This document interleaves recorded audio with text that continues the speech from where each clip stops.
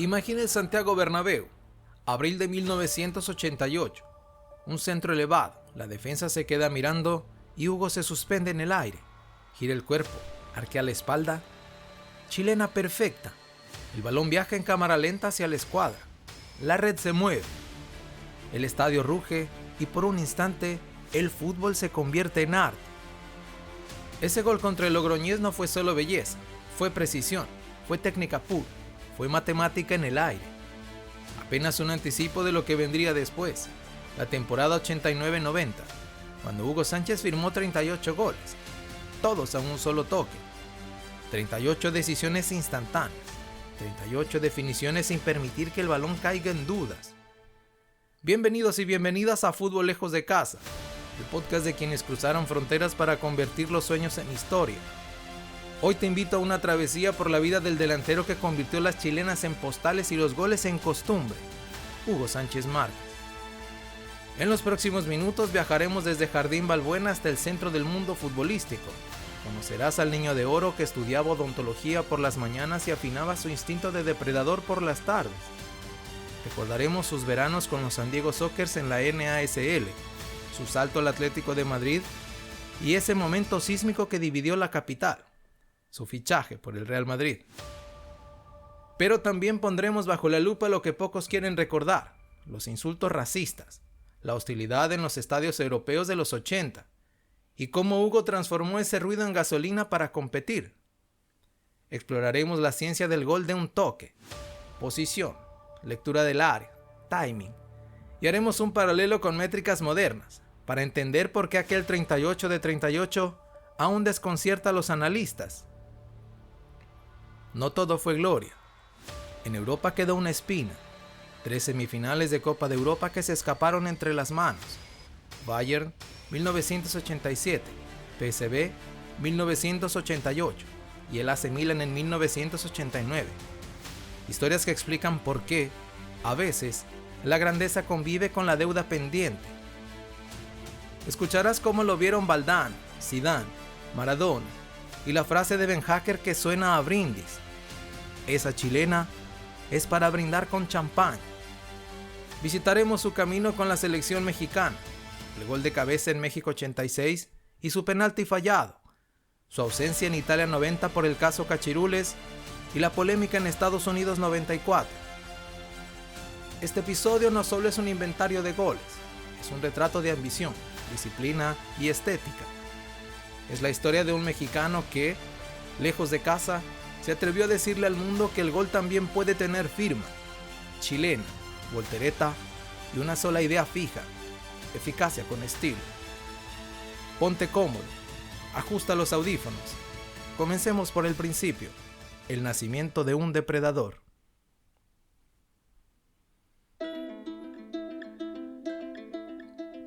Ciudad de México, década de 1960. En la colonia Jardín Balbuena, un niño inquieto corre detrás de un balón de cuero gastado. Entre botes irregulares sobre el pavimento, esquiva postes de luz y charcos como si fueran defensas rivales. Su padre, Héctor Sánchez, lo observa desde la puerta del taller mecánico, rodeado de llaves, bujías y el olor a aceite. Le enseña que todo trabajo bien hecho exige paciencia, precisión y constancia. En casa eran varios hermanos y la economía era justa. El fútbol era diversión, pero también disciplina. Hugo aprendió a levantarse temprano, ir a la escuela, ayudar en el taller y después a entrenar. Su madre, Isabel Márquez, sostenía el equilibrio del hogar con firmeza y cariño. La primera gran vitrina llegó en 1975, con 17 años, cuando Hugo integró la selección juvenil que viajó a Francia para el torneo de Cannes. Allí no solo marcó goles, ejecutó acrobacias que arrancaron aplausos y el apodo que le acompañaría toda la vida, el Niño de Oro. No fue Toulon, como muchos creen, sino en Cannes, una precisión histórica que le gusta corregir cada vez que cuenta su historia. Para esos años, Hugo ingresó a la Universidad Nacional Autónoma de México para estudiar odontología. La UNAM no solo le dio un título académico, también le dio un equipo, los Pumas. Allí aprendió que la puntualidad y la concentración que exige un examen de prótesis dental se parecen mucho a las de un remate en el área, Mientras muchos futbolistas dedicaban el día entero a entrenar, él dividía su tiempo entre el aula, el campo y de vez en cuando el taller mecánico familiar. En liga marcó 97 goles con Pumas y en competiciones oficiales pasó los 100. Su repertorio incluía voleas, cabezazos y de vez en cuando esa chilena que ya practicaba como firma personal. Cada verano cruzaba la frontera para jugar con los San Diego Sockers en la NASL. Allí se topó con defensas corpulentos, césped artificial y viajes agotadores. Un entrenamiento perfecto para el salto que soñaba hacia Europa. En Pumas vivió de todo: suplencias iniciales, la sombra de figuras como Evanibaldo Caviño, lesiones menores y finalmente el título de liga en la temporada 80-81. Su evolución fue constante, marcada por la paciencia para esperar el momento y la frialdad para aprovecharlo.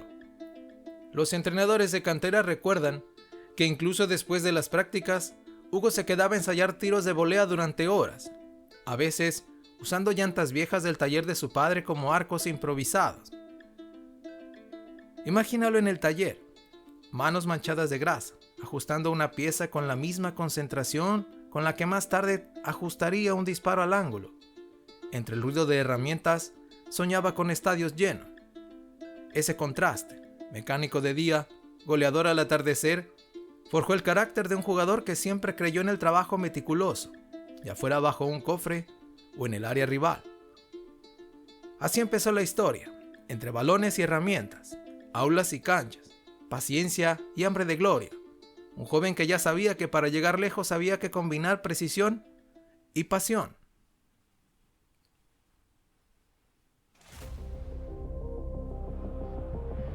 A mediados de 1981, Hugo Sánchez cruzó el Atlántico.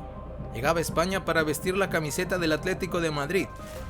El cambio no era solo de club, era de mundo, de la familiaridad de México a la intensidad de la Liga Española. El idioma era el mismo, pero el fútbol completamente distinto, más físico, más táctico y con un público que no perdonaba. No tardó en descubrir el lado más duro de estar lejos de casa.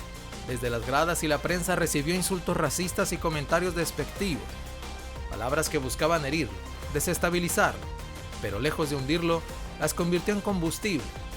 En lugar de responder con gestos o discusiones, Hugo respondía con lo que mejor sabía hacer: goles. En la temporada 84-85 conquistó el trofeo Pichichi como máximo goleador de liga con 19 tantos. El Atlético lo había llevado del anonimato europeo a ser uno de los delanteros más temidos de España. Pero algo más se movía en el horizonte.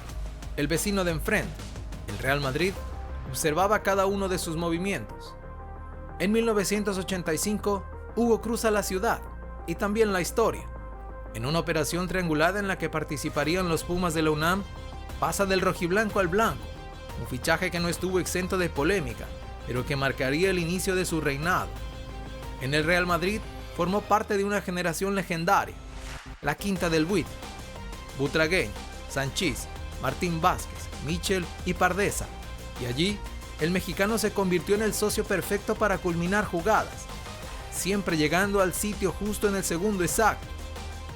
Con el Madrid encadenó 4 pichiches consecutivos: 85-86, 86-87, 87-88 y 89-90. Sumados al de Atlético, serían 5 en total, una cifra que lo coloca en la élite histórica del fútbol español. Su temporada más impresionante llegó en el 1989-90, con 38 goles en 38 partidos, todos marcados de un toque, una hazaña que incluso décadas después nadie ha igualado.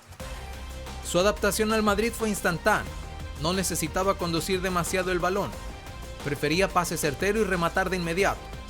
Era como si el área fuera su laboratorio, y cada partido un experimento donde la precisión y la intuición daban el mismo resultado: el gol. El salto del Atlético al Real no solo le dio títulos y trofeos, también le dio un lugar en la memoria colectiva del Bernabéu.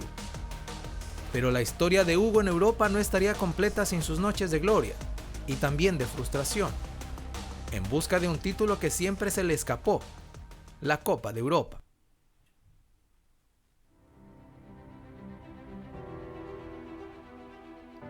En el Real Madrid, Hugo Sánchez lo ganó casi todo, pero hubo un trofeo que siempre se le escapó: la Copa de Europa. Hoy conocida como Champions League, su relación con el torneo más prestigioso de clubes estuvo marcada por noches memorables y eliminaciones dolorosas. Primera parada, Múnich, 1987, semifinal contra el Bayern. La ida en Alemania terminó 4-1 para los bávaros. La vuelta, en un Bernabéu encendido, fue 1-0 insuficiente. Hugo marcó en la ida, pero la diferencia era demasiado grande. Aquella noche quedó grabada como la primera gran frustración europea para el mexicano. Un año después, temporada 1987-88, el rival, el PSV Eindhoven. Una eliminatoria cerradísima. El Madrid empató 1-1 en casa y 0-0 en Holanda. La regla del gol de visitante dejó fuera a los blancos.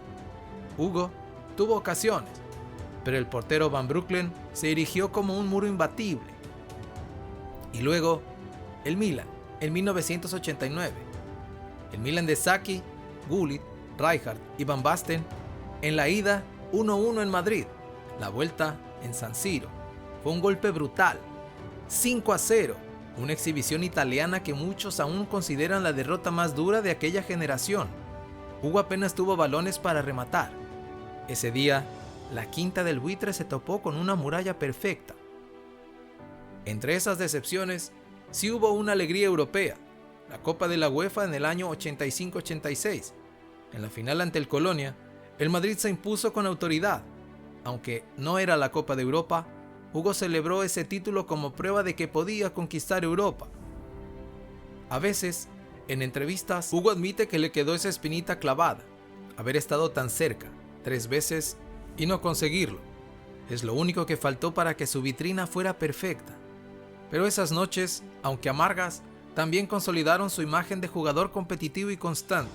Para él, cada eliminación era una motivación más para seguir marcando en Liga y en Copas Nacionales.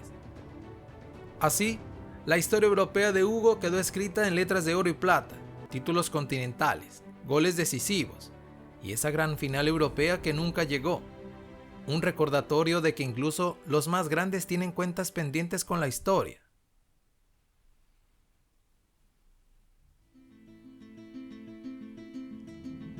Jugar lejos de casa no siempre es solo cuestión de distancia física. A veces es cruzar una frontera emocional, cultural y hasta soportar el peso de no ser bienvenido. Para Hugo Sánchez, ese salto llegó en 1981, cuando dejó Pumas para fichar por el Atlético de Madrid. En la España de principios de los 80, un mexicano en la liga era algo raro, casi exótico. Hugo no solo tuvo que adaptarse al frío o a los entrenamientos más exigentes, también a un entorno donde la diferencia se señalaba y muchas veces se atacaba. En su debut, recibió insultos que no tenían que ver con el fútbol, palabras duras, cargadas de racismo, en busca de herir. Pero Hugo, lejos de venirse abajo, hizo algo que marcaría su carrera. Transformó la hostilidad en combustible. Contaba en entrevistas que se prometió responder solo de una manera, con goles. Cada vez que escuchaba un grito ofensivo, lo convertía en motivación para estar mejor posicionado, para saltar más alto, para rematar más rápido. No era fácil. Los choques con defensas como Goicoechea o Camacho eran duros.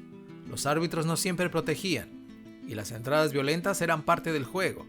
Pero Hugo tenía una convicción inamovible: el gol era la mejor respuesta.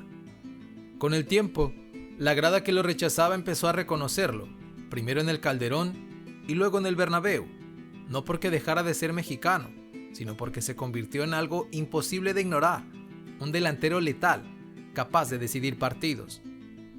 Esa experiencia forjó a un Hugo más fuerte, más consciente de que jugar lejos de casa significa también luchar por tu lugar todos los días, significa representar no solo a ti mismo, sino a parte de tu gente, a tu acento, a tu bandera. Y en cada chilena, en cada voltereta, había un mensaje cifrado: sigo aquí y sigo ganando. Lejos de casa, Hugo no se escondió, aprendió a soportar el ruido y a convertirlo en aplausos. Ese es quizá uno de sus legados menos visibles, pero más valiosos, porque el gol puede ganarte títulos, pero resistir lejos de casa es lo que te gana el respeto eterno.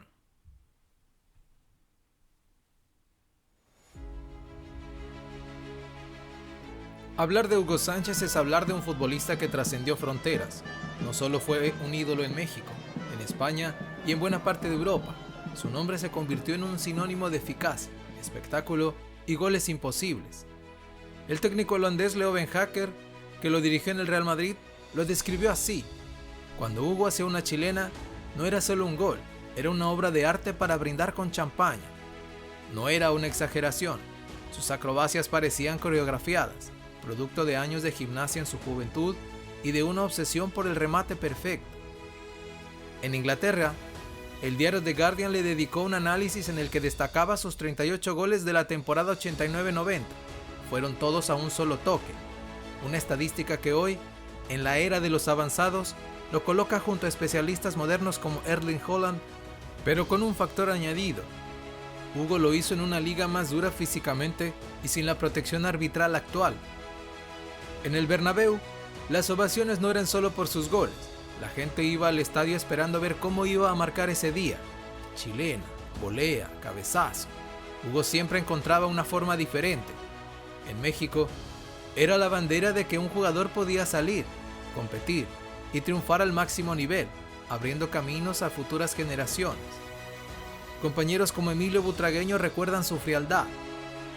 Podías darle un pase incómodo y él encontraba el modo de acomodar el cuerpo para que el balón entrara. Era puro instinto y trabajo invisible. Ese trabajo invisible incluía quedarse después de los entrenamientos a practicar remates, afinar coordinación y repetir movimientos hasta convertirlos en reflejos automáticos. En América Latina, su éxito era motivo de orgullo continental. En Europa, un ejemplo de adaptación y constancia. La prensa española lo coloca junto a leyendas como Zarra o Di Stéfano en los históricos listados de goleadores. Incluso en Estados Unidos, donde jugó en la NASL antes de llegar a Europa, muchos recuerdan su paso como una chispa que animaba partidos y acercaba público latino a los estadios. Hugo no solo marcaba goles, marcaba tendencias, convertía cada partido en un espectáculo y cada gol en una postal para la memoria. Así lo veía el mundo, no solo como un delantero letal, sino como un artista del fútbol.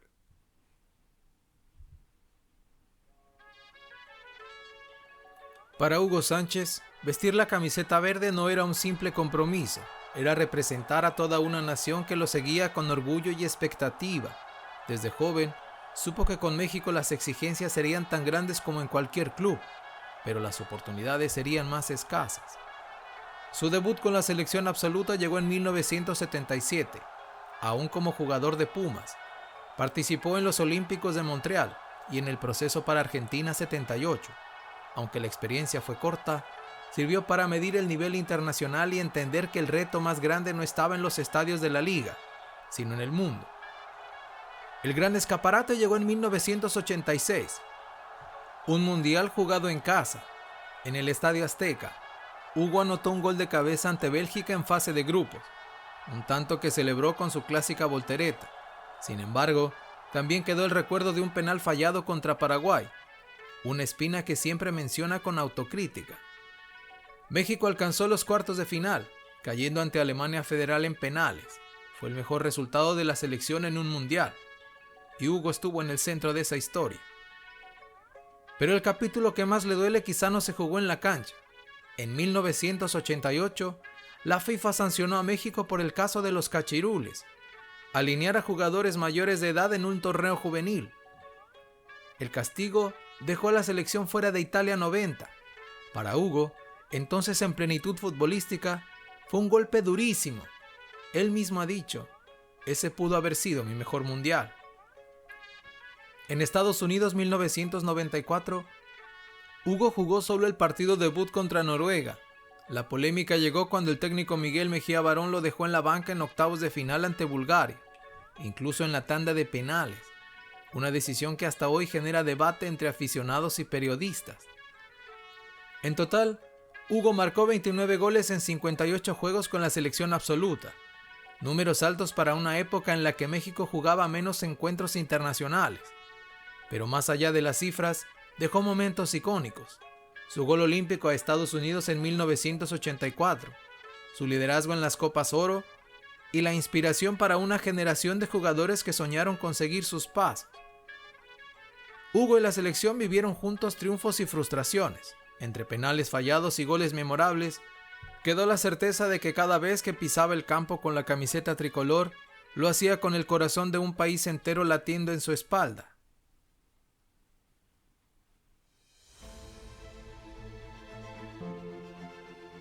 En 1990, Hugo Sánchez estaba en el punto más alto de su carrera.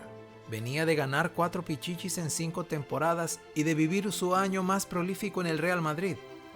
Todo parecía alineado para llegar a Italia 90 como uno de los delanteros más temidos del planeta.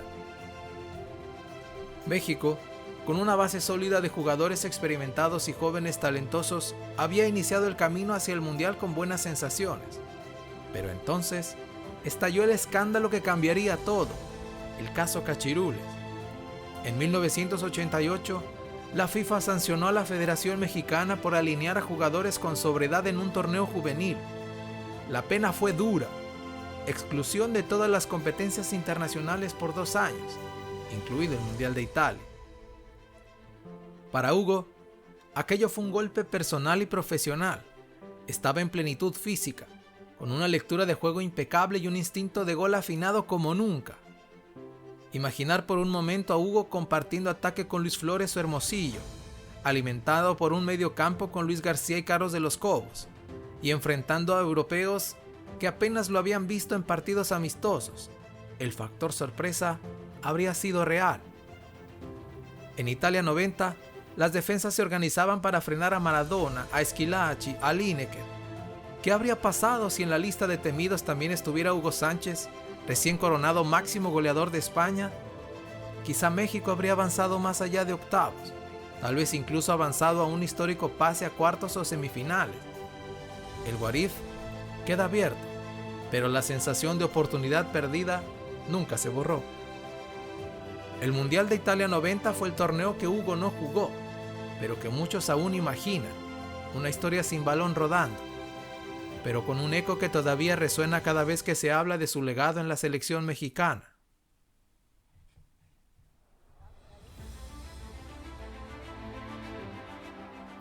Si hay una frase que define a Hugo Sánchez es: el gol a un toque. En la temporada 89-90 anotó 38 goles en liga y todos, absolutamente todos, fueron a primer toque. No hay otro registro igual en la historia de la primera división en España. Pero ¿qué hay detrás de esta estadística? ¿Fue simple instinto o había un método detrás? El gol de un toque no empieza en el remate, sino mucho antes. Requiere lectura de juego, anticipación y una capacidad casi quirúrgica para posicionarse en el lugar exacto.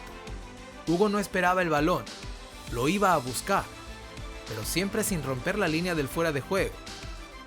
La clave estaba en el timing: iniciar la carrera un segundo antes y regular la velocidad para llegar justo en el instante preciso. Ni antes, porque el defensa se rehace, ni después, porque el pase ya se perdió. En términos modernos, su eficacia podría medirse con métricas como el goles esperados por remate y el tiempo desde la recepción hasta el disparo. Hugo estaba por debajo del segundo, recibía y definía casi en el mismo gesto. La mayoría de sus remates en esa temporada salían limpios, sin que el rival pudiera bloquearlos. Esto no es suerte, es ingeniería de espacio. En la era actual, delanteros como Erling Haaland o Robert Lewandowski dominan el área con esa misma lógica. El toque único, rápido, impecable. La diferencia es que Hugo lo hacía en un fútbol más físico, con menos protección arbitral y en canchas que no siempre estaban perfectas. Era, en esencia, un cazador que leía el viento, pero en versión futbolística. Muchos de esos goles venían de centros de Michel o de pases filtrados de Martín Vázquez. La coreografía se repetía. Hugo atacaba el primer poste, se frenaba a medio metro para que el balón lo encontrara y remataba sin control previo. A veces era un toque con el empeine interior, otras un cabezazo seco, y en noches especiales, una acrobacia que dejaba al portero congelado. El gol a un toque tiene un componente psicológico: no dar tiempo al portero. Cuanto más rápido sale el disparo, menos margen hay para la reacción. Hugo lo sabía, y por eso evitaba controles innecesarios. Ese hábito lo convirtió en una amenaza permanente. Incluso un balón suelto parecía diseñado para que él lo empujara a la red. La ciencia del gol a un toque es precisión, economía de movimientos y lectura de partido. Hugo la dominó como poco, y aunque las estadísticas lo confirman, la verdadera prueba está en los videos, goles que duran 3 segundos, pero que se prepararon toda la vida.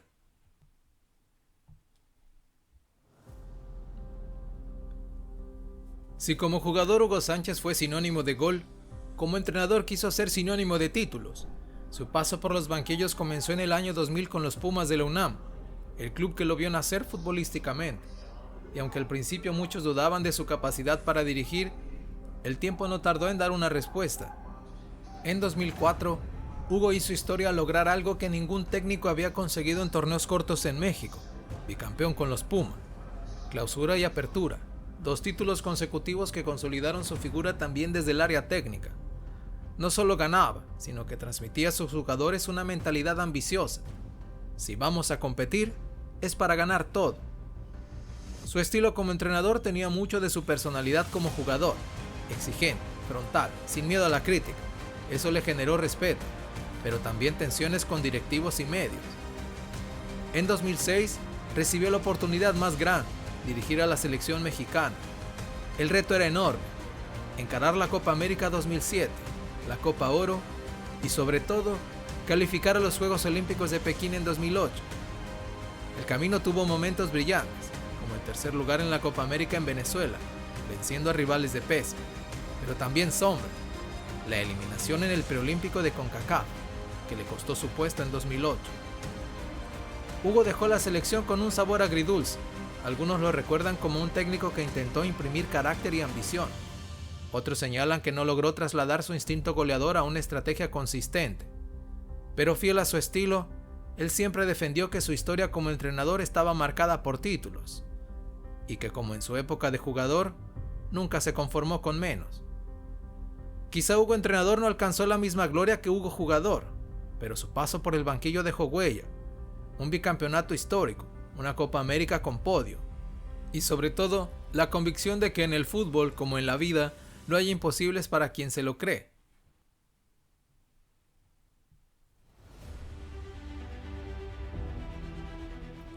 Hay legados que se cuentan con vitrinas, y hay otros que se sienten en la piel. El de Hugo Sánchez tiene de las dos cosas: cifras que impresionan y una huella emocional que todavía hoy se nota en cada niño que se atreve a ensayar una chilena en la cancha de su barrio. Lo primero que hay que decir, sin rodeos, es que su nombre vive entre los grandes de la liga: 234 goles en el campeonato español, un lugar en el top 5 histórico, y 5 trofeos Pichichi que lo colocan en la élite reservada para muy pocos. Pero quedarnos con el número sería injusto. Hugo no fue solo acumulación de tanto, fue estética con eficacia, fue la certeza de que la belleza también podía ganar partidos. Su legado también es cultural. Para el fútbol mexicano, ver a un delantero criarse en Jardín Balbuena, estudiar odontología en la UNAM y terminar siendo ídolo en el Bernabéu abrió una puerta mental que hasta entonces parecía cerrada. Sí se puede llegar a la cima europea desde acá. Antes de Hugo, el sueño parecía remoto. Después de Hugo, se volvió ruta. En su estela caminaron generaciones que crecieron sabiendo que competir fuera no era una excepción, sino una posibilidad real. Hay una imagen que resume la mezcla de arte y disciplina: la chilena. Técnicamente, no es solo una pirueta. Requiere lectura del pase, cálculo del bote, coordinación de cadera y espalda, y ese segundo exacto en el que el pie encuentra el balón, como si lo estuviera esperando desde siempre. Hugo no improvisaba la chilena, la entrenaba. Venía de una base de gimnasia que explicaba la plasticidad, y cada remate tenía propósito. Después, la voltereta con la que celebraba, heredada del mundo de la gimnasia y convertida en sello personal, no era un gesto gratuito, era la firma de quien había pensado el gol como un acto completo, desde la intuición hasta el aplauso. Cuando decimos que en 1989-90 marcó 38 goles todos a un toque, hablamos de un fenómeno de eficiencia. En términos modernos, sería medir el tiempo a disparo, por debajo del segundo, el posicionamiento como ventaja previa a la recepción y la lectura del área casi anticipatoria. Ese repertorio de definiciones instantáneas lo emparenta con especialistas contemporáneos del área, pero con una particularidad. Su catálogo incluía acrobacias que hoy siguen pareciendo irrepetibles, eficacia con estilo, una combinación que es su marca registrada. Su influencia en México se ve en los que vinieron después, del olfato de Hermosillo al cabezazo de Borghetti, del timing de Chicharito al juego aéreo de Raúl Jiménez y la ambición europea de Santi Jiménez. Ninguno es una copia, cada quien tiene su sello, pero todos crecieron en un país donde ya existía el antecedente de un 9 que había triunfado lejos de casa y había demostrado que el área también se domina con estudio y obsesión. El legado de Hugo también incluye resiliencia. Quien oye su historia descubre que no todo fue vitrina. Hubo estadios hostiles, insultos racistas, críticas feroces y lesiones inoportunas. Lo extraordinario es cómo respondió, sin discursos rimbombantes, con goles, con el tipo de determinación que convierte al delantero en una presencia psicológica. Incluso cuando no tocaba el balón, estaba ahí, condicionando al defensa, esperando el pase que llegaría medio segundo tarde. Y está, por supuesto, su papel como embajador. En España, su acento se volvió familiar. En México, su éxito fue una bandera. Cada chilena que celebraba el Bernabéu era también un mensaje al otro lado del Atlántico. Podemos. Ese puente cultural, del barrio al templo, del taller mecánico al césped europeo, es parte indivisible de su herencia, no solo con medallas, sino imaginario colectivo. Quienes aman las listas te dirán que su palmarés está lleno de líneas memorables, 5 pichichis, una bota de oro compartida en 89-90, títulos de liga que se apilan, goles de museo para ver una y otra vez. Quienes aman el juego te dirán otra cosa, que ver a Hugo era esperar lo inesperado, que había noches en las que el área se convertía en escenario y el balón en cómplice, y que su seguridad, esa serenidad de quien sabe que el gol llegará, contagiaba a sus compañeros y desesperaba a rivales. El legado, al final, es una pregunta sencilla. ¿Qué queda cuando se apagan las luces? En su caso, quedan videos que todavía asombran, estadísticas que todavía pesan y un camino abierto para los que vienen. Queda la convicción de que el talento latino puede reinar en Europa sin renunciar a su sello. Y queda, sobre todo, una sensación, la de que un gol puede ser exacto y hermoso a la vez. Por todo esto, hablar de Hugo Sánchez es hablar de permanencia, de un nombre que no se oxida con el tiempo, de un delantero que convirtió la estética en estadística y la estadística en leyenda. Su legado es imborrable porque no depende solo de la memoria, se reactiva cada vez que alguien, en cualquier cancha del mundo, intenta una chilena y sueña con caer de pie para hacer la voltereta.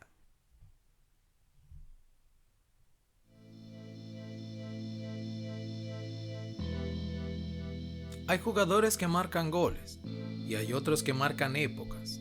Hugo Sánchez no solo llenó porterías, llenó estadios, titulares y corazones.